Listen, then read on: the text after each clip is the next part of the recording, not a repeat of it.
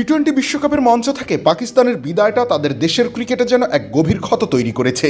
মাঠের পারফরমেন্সে ব্যর্থতার পর এবার মাঠের বাইরেও বড় শাস্তির মুখে পড়েছেন বাবর আফ্রিদিরা।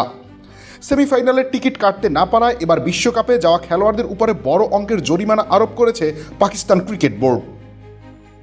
এক্সপ্রেস ট্রিবিউনের একটা প্রতিবেদন অনুসারে বিশ্বকাপের সেমিফাইনালে কোয়ালিফাই করতে ব্যর্থ হওয়ায় দলের প্রত্যেক ক্রিকেটারকে 50 লক্ষ পাকিস্তানি রুপি জরিমানা করা হয়েছে। মূলত গ্রুপ পর্বে চিরপ্রতিদ্বন্দ্বী ভারতের কাছে পরাজয় এবং পরবর্তীতে সুপার 8-এ ইংল্যান্ডের কাছে ধরাশায়ী হওয়ার পর বোর্ড কর্মকর্তারা এমন কঠোর অবস্থানের ইঙ্গিত দিয়েছিলেন। যদিও শেষ ম্যাচে শ্রীলঙ্কার বিপক্ষে একটা সান্ত্বনার জয় পেয়েছে পাকিস্তান, তবে তা সেমিফাইনালের সমীকরণ মেলাতে যথেষ্ট ছিল না। পিসিবি কর্মকর্তাদের মতে বারবার আইসিসি ইভেন্টে এমন হতাশাজনক পারফরমেন্স আর সহসায় মেনে নেওয়া সম্ভব নয়।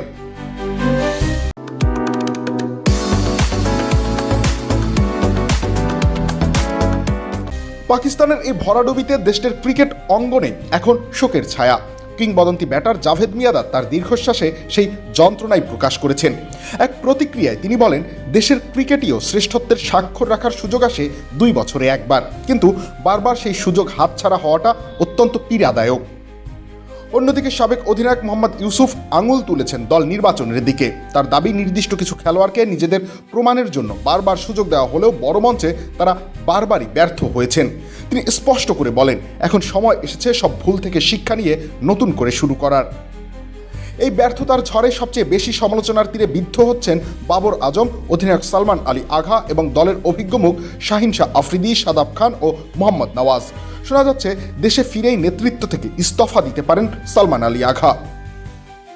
মাঠের লড়াইয়ে বিধ্বস্ত হওয়ার পর পিসিবির এই নজিরবিহীন আর্থিক দণ্ড কেবল একটা শাস্তি নয়, বরং ব্যর্থতার এক চরম দায়বদ্ধতারই বহিঃপ্রকাশ।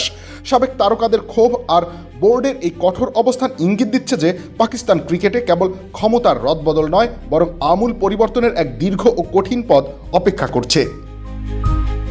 রবিউল ইসলাম রনি, খেলা ৭১।